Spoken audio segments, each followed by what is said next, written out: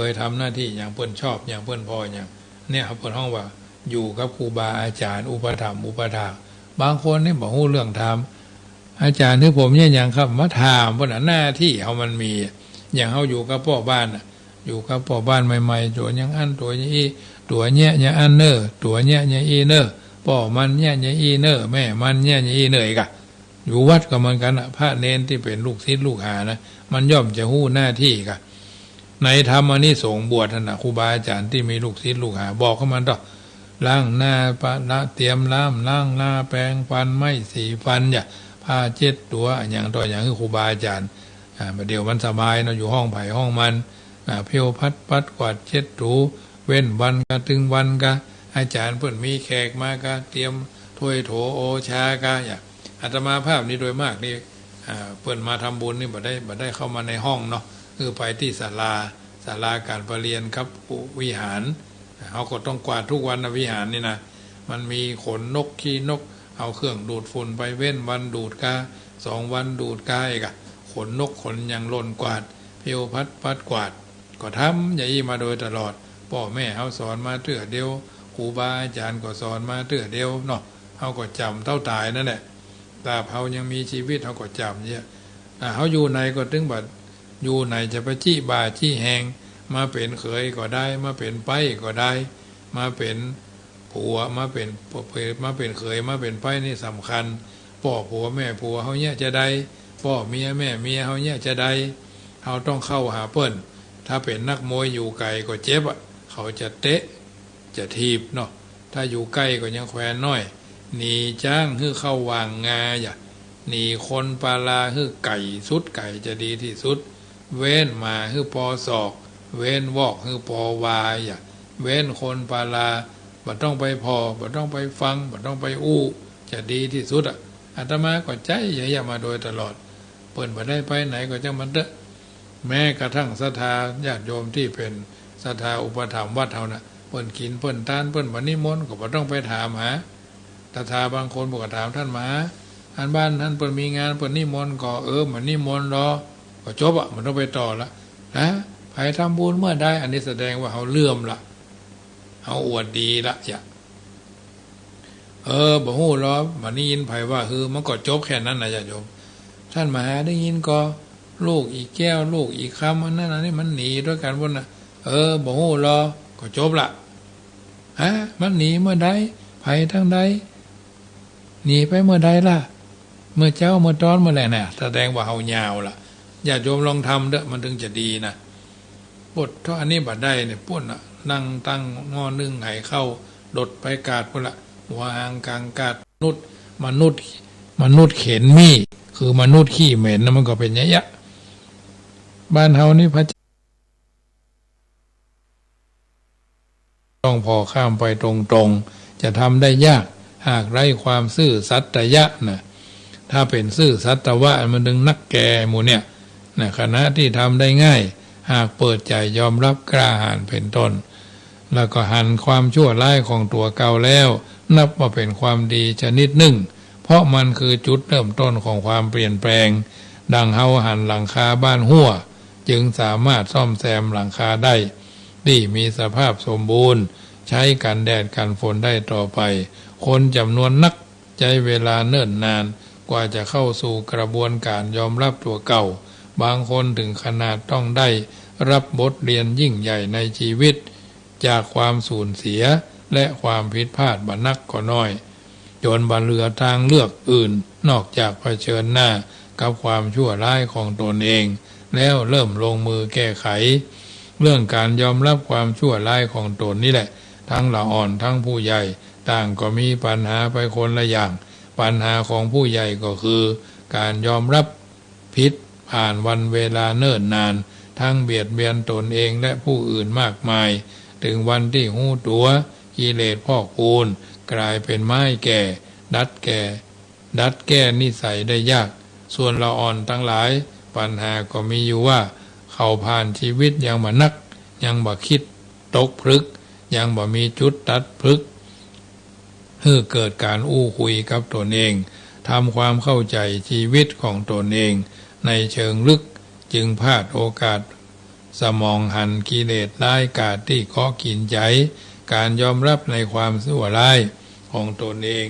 แม้กิเลสยังบ่หายไปไหนแต่เมื่อยอมรับว่ามันมีอยู่ในเฮาแล้วย่อมเกิดความระวังขึ้นโดยธรรมชาติกิเลสจึงสร้างความเสียหายต่อชีวิตน้อยลงหนทางตั้งหน้าการปรับปรุงตนเองที่แท้จริงก็ยังพอมีความหวังได้อันนี้นำมาอุเอิญเจริญปอนตัดทุมสาธุชนทั้งหลายได้ยินได้ฟังแล้วก็จะได้เป็นหนทางเดินทางชีวิตไปสู่จุดประสงค์และเป้าหมายที่เฮาวาดเฮาหวังเอาไว้สมสมัยกับการที่เฮาได้เกิดมาเป็นชาวพุทธมาพบพระพุทธศาสนาเป็นลำดับต่อไปวันนี้รายการเสียงธรรมก่อนรับตาก็มาถึงช่วงสุดท้ายก่อนนำรายการจากท่านไปก็ขอบอกเอิญเจริญปอนเชิญชวนท่านสาธุชนผู้ฟังทั้งหลายร่วมกันเป็นเจ้าภาพบวชพระภิกษุรุ่นที่18ของคณะสงฆ์วัดจังกรรมซึ่งก็จะได้บรรพชาอุปสมบททุเจ้าในวันที่6เมษายนก็ตั้งเอาไว้ทุเจ้าเก้าตนบวชในโครงการทุเจ้านี่ตน3,000เนาะเนนก็ตน1,700เนาะซึ่งที่ผ่านมามันก็เมินนักแก่ทุเจ้าตน2,000นี่นะเนนตน1,000 บาทเนี่ยมันก็เปิ้นมันก็บ่ได้อย่างสักอย่างญาติโยมก็ถือว่าต้องซ่อมมาแทบทุกๆปีก็เลยบอกเอิ้นเจริญพรว่าเป็กทุเจ้านี่ตน3,000เนาะทุเจ้าตน3,000ต้องการทุเจ้า9 ตนก็มีมาแล้ว3 ตนเนาะก็มีคนจองแล้วคน2 คนก็ว่ากันไปสตางค์3,000นี่ก็ไม่ใช่ว่ากุ้มว่าพอก็เอามาถูไทยกันไปเนาะได้อาหารเลี้ยง9 วันเจ้าก็ไปบิณฑบาตได้เท่าใดบ่ได้เท่าใดก็เป็นหยังไปตามสภาวะการเพิ่นใส่อันใดมาก็ฉันทำตัวให้เพิ่นเลี้ยงง่ายบ่ใช่ทำตัวให้เพิ่นเลี้ยงยากเนาะสำหรับสามเณรนี่ก็จะได้ไปบวชที่วัดห้วยเกียงตำบลแม่วินอำเภอแม่วางก็ตั้งเอาไว้ประมาณ30 ตนเนาะเน้นน้อยผู้ช่วงปิดเทอมนี่แหละวัดห้วยเกียงก็มีท่านอาจารย์ทรงวุฒิเป็นเจ้าของสถานที่อาตมาภาพก็จะได้ไปทำหน้าที่ดูบรรพชาอุปสมบทให้เขามีศรัทธานิมนต์ไปก็ต้องไปตามนั่นก็เลยบอกเชิญท่านใดที่ข้าเจ้าก็มีกับลูกแม่ยิงก็มีกับไอ้หลานแม่ยิงมีเพื่อนมีฝูงที่เพื่อนใครกินใครตาลเนาะข้าวสารอาหารแห้งก็เอาเนอะขนมนมเนยก็เอาเนาะข้าวสารอาหารแห้งเพราะว่าบนดอยก็อย่างที่ฮู้กันนะเนาะข้าวนี่พอจะมีอยู่นะอาหารการกินเขาก็ต้องซื้อขึ้นไปต้องเลี้ยงเขาอย่างน้อยๆก็10 วันเนาะ9 วัน10 วันนี่แหละบวชที่วัดห้วยเขียงก็อยู่ที่วัดห้วยเขียงนั่นแหละสบู่ยาสีฟันกาผ้าเช็ดตัวการองเท้าแตะกายต้องการไผ่มีกุศลเจตนาท่านที่ฟังรายการลื่นขึ้น104ทุกท่านอยู่ทางเชียงใหม่เนาะใครกินใครทานก็รองเท้าก็ละอ่อนเนาะละอ่อนป.1 ถึงป.6เนี่ยบ่ได้ใหญ่ละอ่อนดอยบ่ได้ใหญ่ก็ป.หน้าฮักหน้าจังนี่แหละป.3 ป.4 ป.5 ป.6นี่แหละเขาก็บวชในระยะอย่างน้อยๆก็เขาจะได้เป็นศาสนาทายาทสืบต่ออายุพระพุทธศาสนาเฮาท่านทั้งหลายมีลูกมีหลานอยู่ในเวียงเฮามีปัจจัยอยู่เป็นกันส่วนใหญ่บางคนก็มีฐานะดีที่สุดดีท่ามกลางพอให้พอดีก็มีเยอะนี่ก็ช่วยกันได้ทุเจ้า9 ตนละ3,000 บาทเนนที่วัดจังกรรมนี่ต้องการ10ถึงบนดอยนี่30กว่าตนละ1,700นั่นน่ะซื้อบาทซื้อผ้าไตรบาทประเดียวก็ไม่ใช่ว่าถูกๆนะญาติโยมทั้งหลายถ้าเป็นสแตนเลสนี่นิ้วละ100ถ้าเป็นบาทดำนี่ก็ชุดละประมาณ750เนาะไปถามราคามาแต่เจ้าผ้าไตรเนนก็ยังถูกก็ประมาณ1,000นะเนี่ยท่านต้องคิดพอหรอเฉพาะบาทกับผ้าไตรนี่ก็ไปละตีว่า1,700อาตมาภาพคาดไว้บ่คาดเท่าใดนะบ่ไกลเท่าใดนะยังเหลือ50 บาทเนี่ยแต่ละปีเขาก็เพียรทำเพียรสร้างเพียรพัฒนามาเรื่อยๆเป็นปีที่18ญาติโยมทั้งหลายจูจอดรอดถึงเป็นปีที่18ก็ดีใจภูมิใจเต็มใจที่จะท แม้เหนื่อยก็ต้องทำแม้อิดก็ต้องทำเพราะเราเดินทางมาถึงวันนี้แล้วก็จะต้องเดินทางไปเรื่อยๆจนกว่าชีวิตเราจะหาไม่การบวชพระภิกษุสร้างคนให้เป็นมนุษย์สร้างคนให้เป็นพระนี่นะนำได้นับดีทำบ่ได้แหละแต่ถ้าเรามีใจใส่ศรัทธาก่อนน้อมเอิญเจริญปอนเนอะกึดจะได้ไฟใจถึงแปลงใจถึงก็แจ้งความประสงค์ได้ที่06106154765539นะ0615476539เอาเป็นเจ้าภาพบ่ได้มันแปลงเอาก็เอาเป็นกองบุญก็ได้กองบุญเข้าล้นบาทกองบุญละ109 บาทญาติโยมทั้งหลาย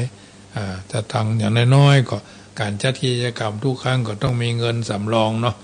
เงินสำรองไว้ 30,000 บาททุกปีก็จะทำอย่างเงี้ยต๊อบแท็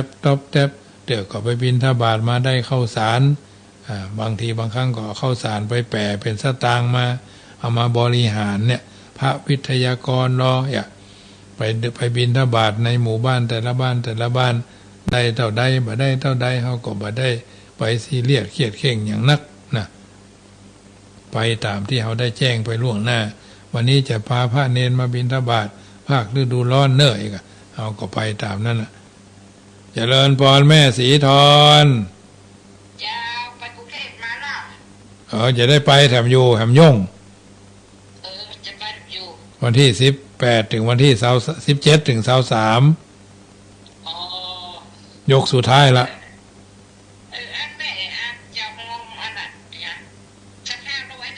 ได้การละตาได้ก็ได้ไหมเอ่ยออกของแม่ก่อนเด้อเจ้าแม่ถ้าได้ถ้าก็มาบ้านแม่ก็ได้เด้อเจ้าสาธุเนาะเจ้าจะว่าก็พอมันก็ลานน่ะหลวงก็ลานน่ะหลวงมานี่บวชก็บวชนะเจ้าก็ขอเปิดฟันไตไป500เจ้าสาธุเนอเจ้าอันเป็นถ้าเขามีปัจจัยหลายก็เอาเป็นตนเขามีเพื่อนก็ชวนเพื่อนเขามีพ่อบ้านที่ทำงานเป็นข้าราชการเหลือกินเหลือใจหรือไหวเตตานก็ไปเนาะก็หอมกันไปนะอันนี้ทางนี้ทางนั้นพี่น้องทางเชียงใหม่วันที่16เมื่อแรงนะจะไปพระอาตมาภาพที่วัดฝ่ายหินก็ได้เนาะอาตมาภาพก็จะไปนอนท่านคืน1เจ้าวันที่17 6 โมงตี 5ก็ต้องไปสนามบินละ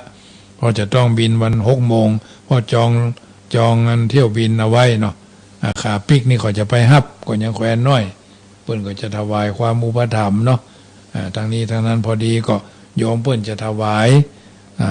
ของกินของบริโภคอย่างตัวเองจะเอาขึ้นไปดอยนั่นแหละเปิ้นก็ได้หอมกันไว้ทางกรุงเทพมาม่าพ่องขนมเลยพ่อเอกนมอย่างพ่อเอกเอาหมดทางนี้ทางนั้นก็เอาก็ทำอย่างนี้มาทุกปีเนาะวันที่15เมื่อ16เมื่อแรงเนาะญาติโยมพี่น้องทางเชียงใหม่ใครไม่กินใครต้านด้วยก็ไปหาหลวงพ่อวัดเจ้าวาดเพื่อก็ได้เอาฝากไว้ถ้าพระอาตมาภาพก็จะออกบ้านเฮานี้ประมาณ5 โมงเนาะ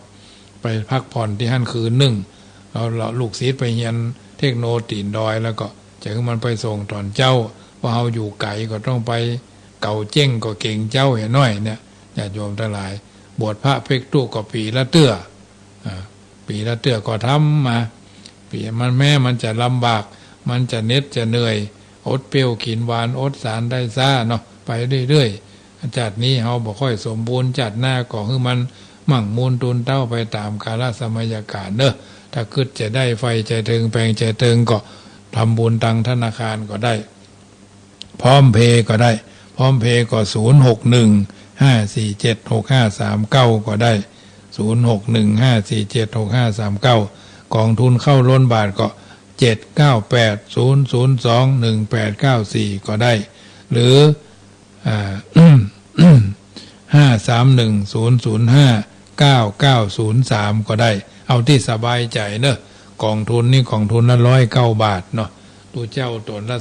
3,900 ตนเนนนี่30 ตนบนดอยเนาะตนละ1,700เนาะอันนี้ก็แล้วแต่บ่มีลักหลายของเท่าที่เราได้ตั้งแต่ได้ทำกันมาก็มันก็จะเป็นอย่างเงี้ย ญาติโยมบางคนเพิ่นมีกุศลเจตนา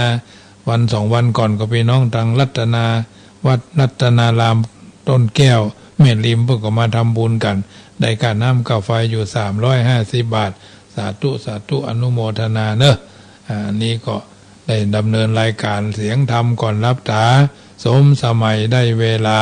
ขอนำรายการจากท่านไปก่อนปั่นปอนก่อนเนอะอิจิตังปฏิตังตุมหังคิปะเมวะสมิจจตุสัพเพภูเรนตุสังกปาจันโตปนะละโสยะถามะนิโจติละโสยะถามงคลเลิศแล้วเจ้าสถาทายกทายิกาหลายคนหลายท่านต่างคนก็ต่างได้ร่วมกันฟังน้ำฟังธรรมในรายการเสียงธรรมก่อนรับตาวิทยุเพื่อการศึกษาวัดฝายหินเมืองเชียงใหม่